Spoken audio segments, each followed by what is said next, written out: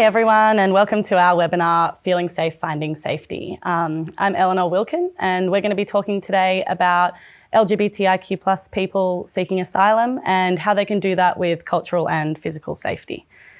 So I'd like to start by acknowledging the traditional custodians of the land on which we meet. For me, that is Gadigal, Wongal and Darug land, people of the Eora Nation. I'd like to acknowledge that it always was, always will be Aboriginal land. And thank Aboriginal and Torres Strait Islander people for caring for this land since time immemorial. I'd also like to make a special note on that point that we are here on stolen land, and Aboriginal and Torres Strait Islander people aren't given the opportunity to have a say in policies of the settlement of peoples on their own land. I'd like to give all of my guests a chance to introduce themselves. I'll start being that my name is Eleanor Wilkin. I'm a queer woman. My pronouns are she and her. I was born and raised on Gadigal land, and for the past few years I had been working in community engagement in refugee settlement, and I'm now working as a project coordinator at LGBTIQ plus Health Australia. Paula? Hi everyone, my name is Paula. Transgender, Indigenous transgender Pacific Islanders of colours. Been here in Australia for 4 years now, seeking asylums.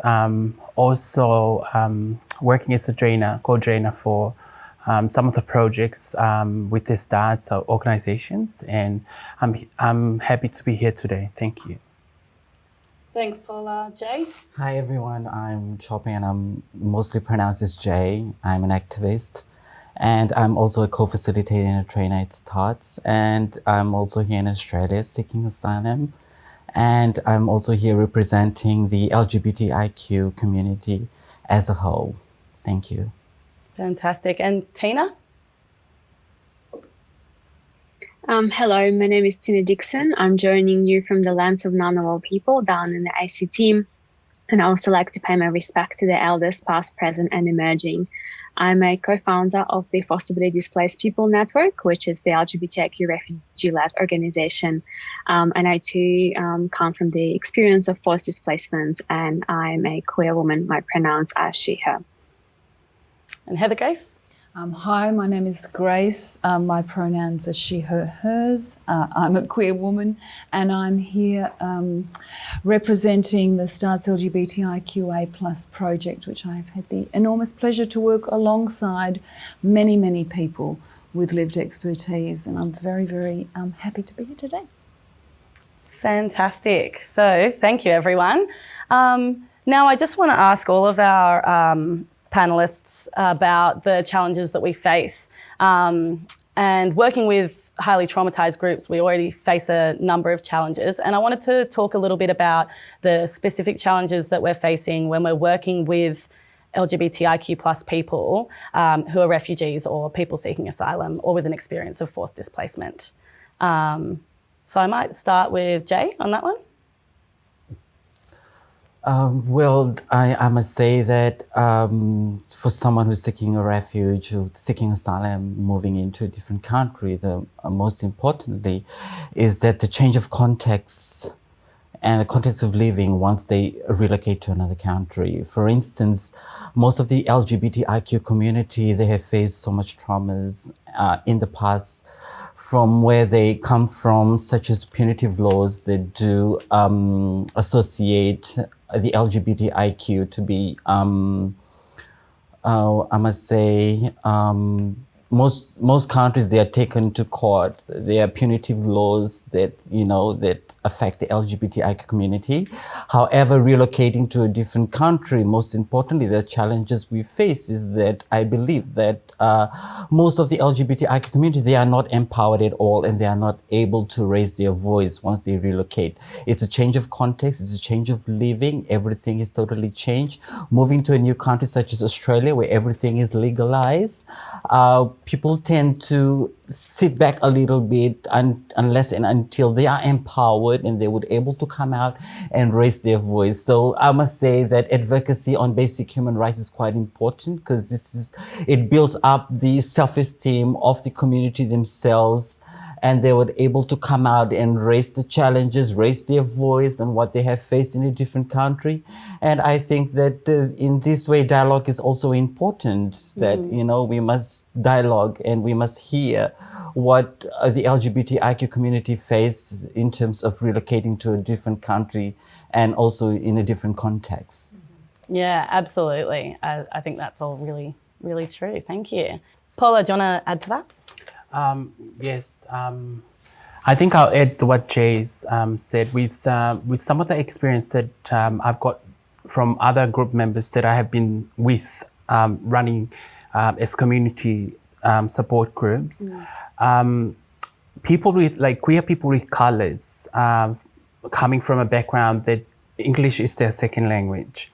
That's one of the challenges that we get to face, that challenge of how to drive those people into a community that they can't really communicate with each other. They don't even understand where to go. If they, let's say, for example, if a transgender woman with colors, of colors coming, wanted to take hormones, she doesn't even know how to get into that service provider or how to communicate with other people around within their communities in order for them to drive them to go into the right service to get hormones or like get into psychologies or seeking mental health problems or issues that they faced. It's because of like communication breaks down, because of like the barriers of like language barriers. It's one of the main challenges of us,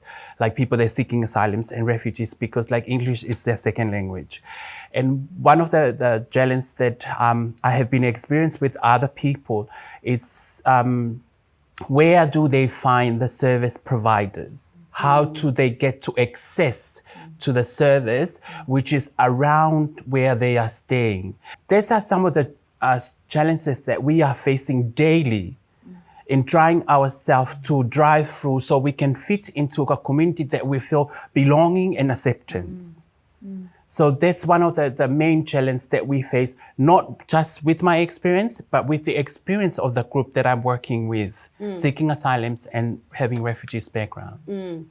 Yeah, I think those are perfect examples of specific challenges that are faced if you're sitting at that intersection of being an LGBTIQ plus person and also having been forcibly displaced from your home and coming from various cultural and ethnic backgrounds. It's really complicated. And one of the things is like the eligibility of us to get a support from the government while we were still in breaching visa. That's one of the challenges. When it comes to COVID-19, we have to apply to this time, and this time, as COVID-19 is very abroad the whole world. So us seeking asylum and refugees do the job, but we are not eligible to get what the government financially support gives out there to get into settling, to how can we support ourselves and survive in this country, seeking asylum and refugees. But we have the works right. We do the job, but we still have limited access to what the government has been offered. Where do they can find financially support from where? Which service provider? Is it from the government? Are we eligible to get that financial support? No. We have to work it out in our own self. And it's really hard. It's not that easy. Like with our daily paces, we face that. When we walk to the shopping, people are staring at us, looking at, where the hell are you coming from? Are you seeking asylum in this country? Then you have to work like every single day to put a bread on the table. What's about people that they are born and bred in here? What's about people that they already have their permanent residence or citizenship, but they were seeking asylums? They have experienced that in the past, but they're not saying to point it out, like, I'm not pointing the government, but this is what we experience, and it has to be heard. Our voice has to be heard so we can do whatever, like do what it has to be done. Absolutely. Thanks so much, Paula. And you've already touched on a lot of the issues and challenges around service provision. But Heather Grace, do you want to talk a little bit more to the service provision challenges? I think there's a number of issues that are really, and then many of them are really simply about people falling in between. I mean, I think that you two have expressed that beautifully. Where's a place of belonging? Are the service providers who are working within spaces that might be culturally diverse, do they understand the issues facing people that have diverse genders and sexualities and bodies? And then for queer services, there's also, perhaps they don't have a lot of services don't have a really solid knowledge about the kinds of issues facing people who come, as you've just beautifully said, from different countries and different places, and who may have experienced torture or trauma or imprisonment or all sorts of things. So I think that falling between is a really critical thing, and I think that what that leads us to is issues around trust, issues around belonging, issues around connection. And then what you have in services, what often happens is that there's one person in a service, and that person has all the knowledge around this area, and then they go, and then that knowledge is lost. So things aren't systemic, they're not organised, there aren't policies, those policies aren't implemented, who was consulted in the development of policies that do exist. All those sorts of issues come together. And then, of course, you have this whole kind of Western idea that maybe you can fit in a box, and that you've got a letter, and that everybody's got a letter, that it's attached to them, and that letter has meaning. And for many, many of the people who I'm, as I have said, very, very lucky to work alongside, those letters don't have any meaning. They're a boundary, they push you out of a place, they make it really difficult for you to be able to actually disclose anything, because you're not disclosing within a context that has meaning to you. As you've said, Paula, there's issues around language, and there's issues about recognition. And so, standardly we would say you can't tell by looking, but often for people, and once again, I know you two know better than me, but you can't tell by looking. And so a client will come, and you can, in services I've known people who've been going for years without anybody actually thinking to talk to them in a way to open a conversation which enables them to not be responsible for having to disclose. I think the boundaries are endless, but I guess that it's all about systematising all sorts of things and ensuring that we stay in a place where we really actually listen and learn. I couldn't agree with you more. And if I could just say one very small thing is that I think it's really important that we're not homogenising. This is not one group, one set of experiences, that there is a massive diversity within this diversity. And so if you're talking about service provision, it can't be that there's this is how we do it, and this is people have incredibly diverse experiences. And I think it's really important to remember that. Yeah, absolutely. And I think that's where a lot of these issues arise, as Jay and Paula have so well articulated. It often is that sort of blanket approach and not recognising the intersections of identity that people sit at. And I think, Tina, that you've articulated that well in your report to the UN, speaking about people who are seeking asylum, accessing mainstream queer support services and facing xenophobia, and people who are seeking asylum, accessing refugee settlement services and facing queer phobia. Did you want to talk about that just briefly? Thanks, Elle. I think there is multiple issues there at play. One is that when it comes to social support in general, we're still not really embedding that lens of intersectionality in what we do.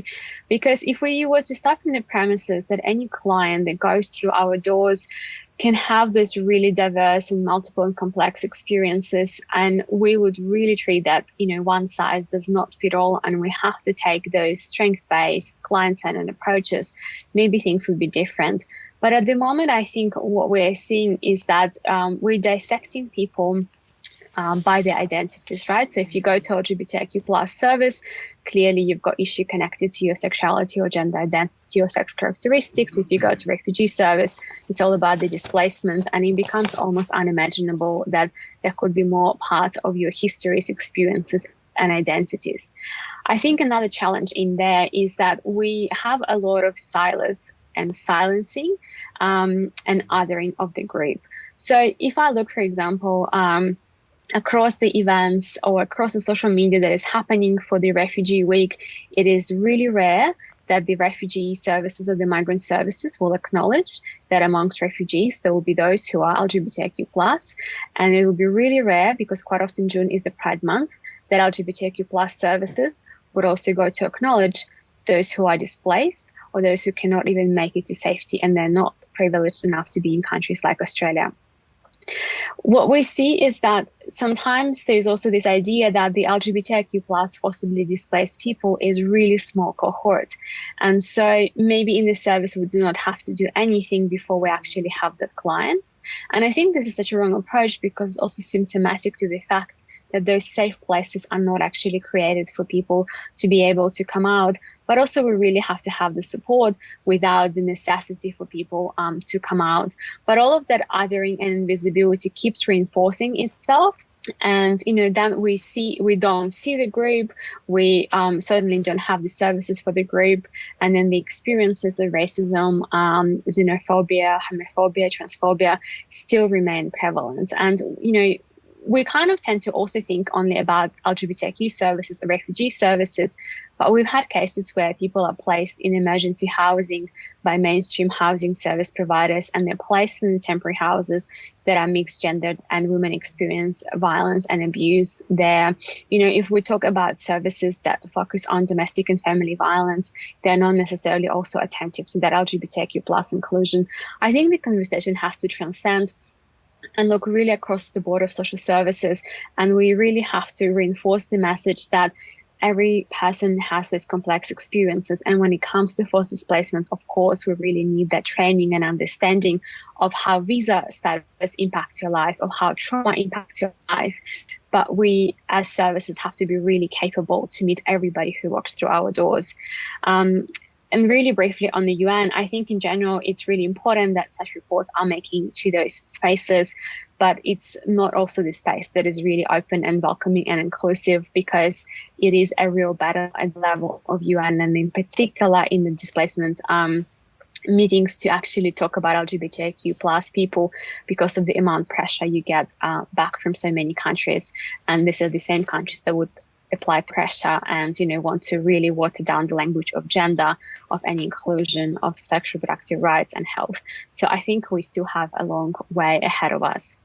Yeah, definitely. Thank you so much, Tina. That's really insightful. I really think that you've made some great points there on service provision, and also on that international pressure that exists, which I think is something that's not often spoken about in these kinds of spaces.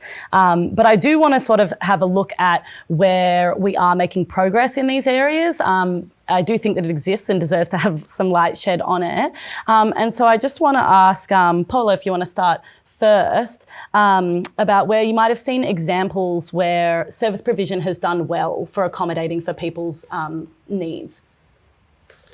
I think with the first service provider that I have been experienced, they've been reaching out to people that are seeking asylums and having refugees background, is the asylum seeker here in Sydney, Australia, New South Wales. That's the first organization that I've came through, and I've seen them doing a lot in reaching out to every single people that they are seeking asylums here in Australia. But it's not just for as abroad, for everyone. What I'm just experience is the LGBTQI people, plus asylum seekers and refugees. Mm-hmm. And there's some other I've seen, because one of the challenges that hasn't been be able to address in the first point is the finding an affordable accommodations for us to feel that's where we belong, or feel this is our home, or we feel safe, that there's roof over our head, and we feel safe. That's the first thing. And there are some other little projects that has been reaching out to people that they're seeking asylum and refugees, looking for an affordable accommodations for them to feel that they feel like home first, and they feel safe before they can actually drive themselves within that communities or within the neighbors or like to the shopping areas and something like that. But what I has been came to experience that a lot of like Heartland project has jumped out there to provide or to sort of like doing a project that having accommodations for LGBTQI seeking asylum and refugees looking for affordable housing. I know that there's other platforms on social media like Queer Housing, Pride Housing, and there's other service provider like a gender center. But I don't really like when it comes to housing that then they put us like as in a prison, like in a house that you're not allowed to bring your friends, you're not allowed to smoke, you're not allowed to drink, you're not allowed this. And it's looked like they putting you in a box that you can't really get out there to the communities or find a way to get out so you can learn something new. Yeah. So that's one of the things that I'm impressed, because like there are queer people and LGBTQI communities and some people with like I have mentioned Heartland Project. It's funded by the Inner West Council. They can be able to form up this group and then create this project to reach out to LGBTQI people plus asylum seekers and refugees for affordable house. So we have to like find the clients and the flatmates, and then when they match, they can easily talk it out and then sit down for a couple of times. And that person's like, for example, if it's me, I felt comfortable. I felt like this is my home. I felt like safe because like they are in the umbrella. They accept me as who I am. And when I get into that housing or like their accommodation, then they said to me like, oh, Paula, look here, there's a few shopping out there. It's not really good for you. So we have to use the other side shopping because like, like to drive you as a person seeking asylum, you ain't no much like around the communities. So, but that's one of the greatest things that I've been like, the first thing for us as people that are seeking asylum, LGBTQI people seeking asylums and refugees is to find an affordable place that we can feel safe and feel belonging and acceptance, that there's a roof over our head in the sun, in the rain. And then from there, we start to grow up, bit by bit, build on that. And that's one of the things that, thank God, that there is like other service provider outside there and like a platform or a small group that they can create a space for us LGBTQI plus asylum seekers and refugees to be able to, like to get into like, we see our dreams that a bit of it is already, we feel satisfied, Yeah, that's fantastic. And I also note there that a lot of the organisations that you spoke about that you think were making progress in these areas really are community-led. They're led by people who are refugees or seeking asylum, or they're led by queer people or, people who sit at that intersection. And I think that's a really important thing to note. And I actually might send that back to Tina to just speak briefly on organisations you've been involved in that have been community-led. I'd love to hear a little bit more about that. Thanks, Elle. I think it's really important that in Australia we are coming to the understanding that we really need to be championing the work of LGBTIQ refugee-led organizations. Just for the perspective, for example, in Germany alone, they have about 80 organizations that are led by LGBTIQ refugees or specifically provide services for them. And in Australia, we've got really FDPN as the registered organization is the only one that is led by people with lived experience. And then there are various support groups that exist, like with Asylum Seeker Centre and Starts in Sydney, and some other projects like Bridge Mills in Melbourne, for example. And it's really interesting to see because when we done the Queer Displacement Conference in 2019, that value and the importance of centering lived experience was really coming through, because if you have people who've been through the system, have been both through the support system, have been through the migration system, the understanding of the challenges, but also the understanding of solutions is absolutely on a different level. And you're so able to completely see the impact of every policy or every decision that comes your way precisely because you've lived through this. At FDPN, many people who are reaching out to us, it is for the first time in their life that they are surrounded by people with similar experiences and people who really understand them. And I think there is such a huge value there, because quite often when you go to different services, you still have to almost educate the services about what your experiences are. And in particular, when you've got a lot of that intersectionality, right? But when you are amongst people, and I'm not saying that experiences are the same, there's so many different experiences, but we know how it feels like, and we know what it means. And having that is really invaluable, because you have complete unconditional acceptance and support from your community. And I think this is so important. And I think, I would really want to see more organizations like this. And I also really want to see much more support in place for places that are led by LGBTIQ people from forced displacement.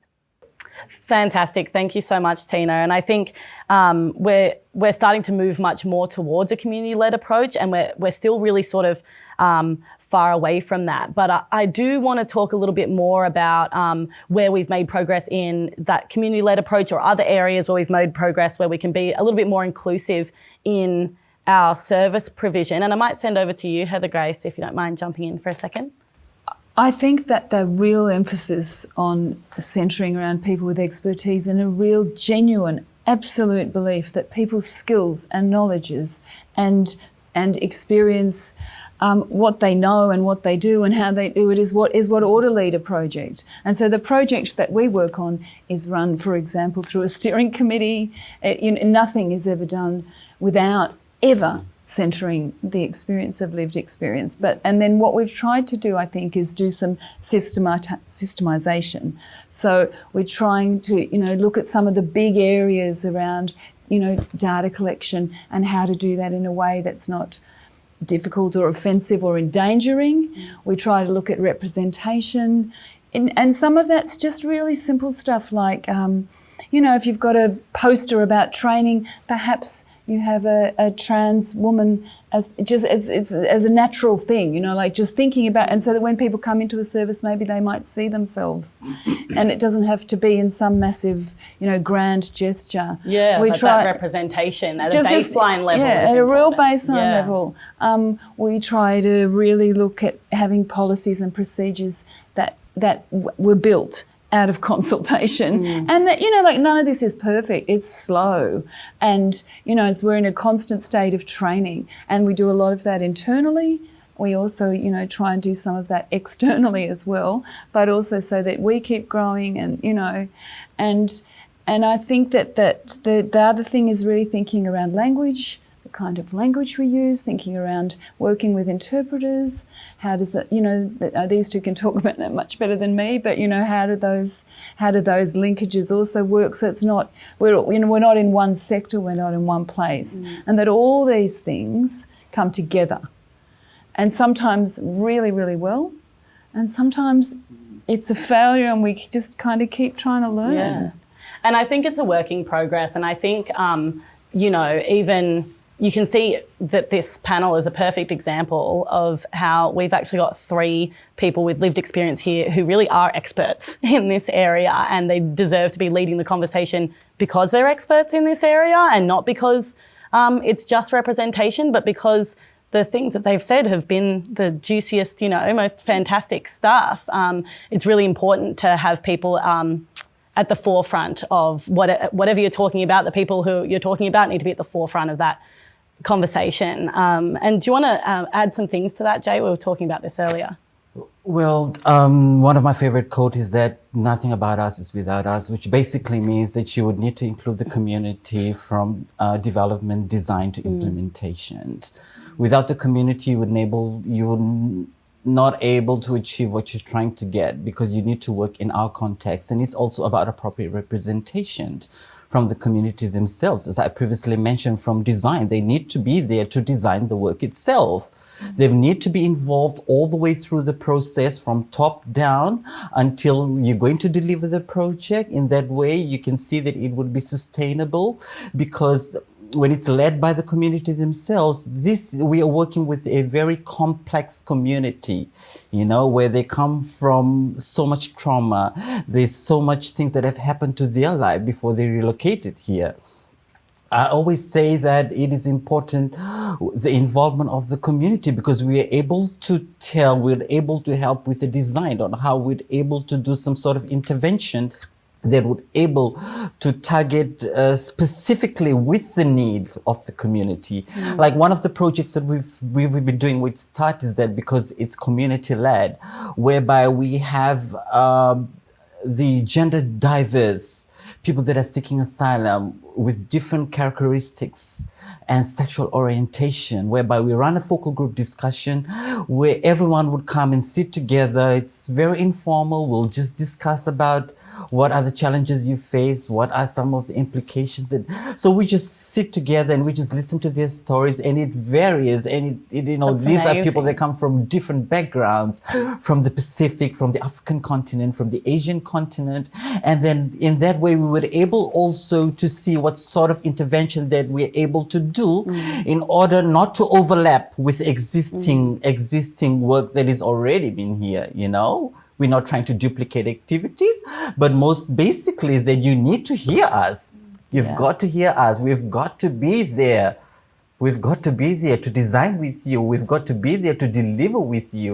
As Tina's previously mentioned, that there is no organization in Australia whereby it's led by the refugee, people who have come and seek asylum, and they are granted a permanent resident. However, we've been working under certain projects, but we should also look into more fundings from the state or the non-state, whereby this is purely led by refugees that have relocated to Australia, and this is all the problems that we have faced from day one until now. I think in that sense that we were able to come up with some effective strategic interventions, and also as Grace had previously mentioned, that we do not have any current data or epidemic. So in this way, we would come up with some sort of needs assessment or some sort of surveys. We need to keep track of the community. We need to keep track of everything in terms of the migration, in terms of sexual and reproductive health, and a few other things. Like Paula have mentioned, that there's housing. There's no housing that is able to be offered to such people that have come, LGBTIQ, that have come to seek asylum in Australia.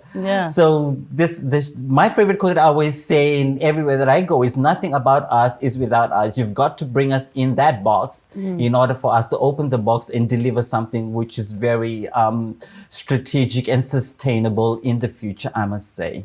Absolutely. You nailed that answer.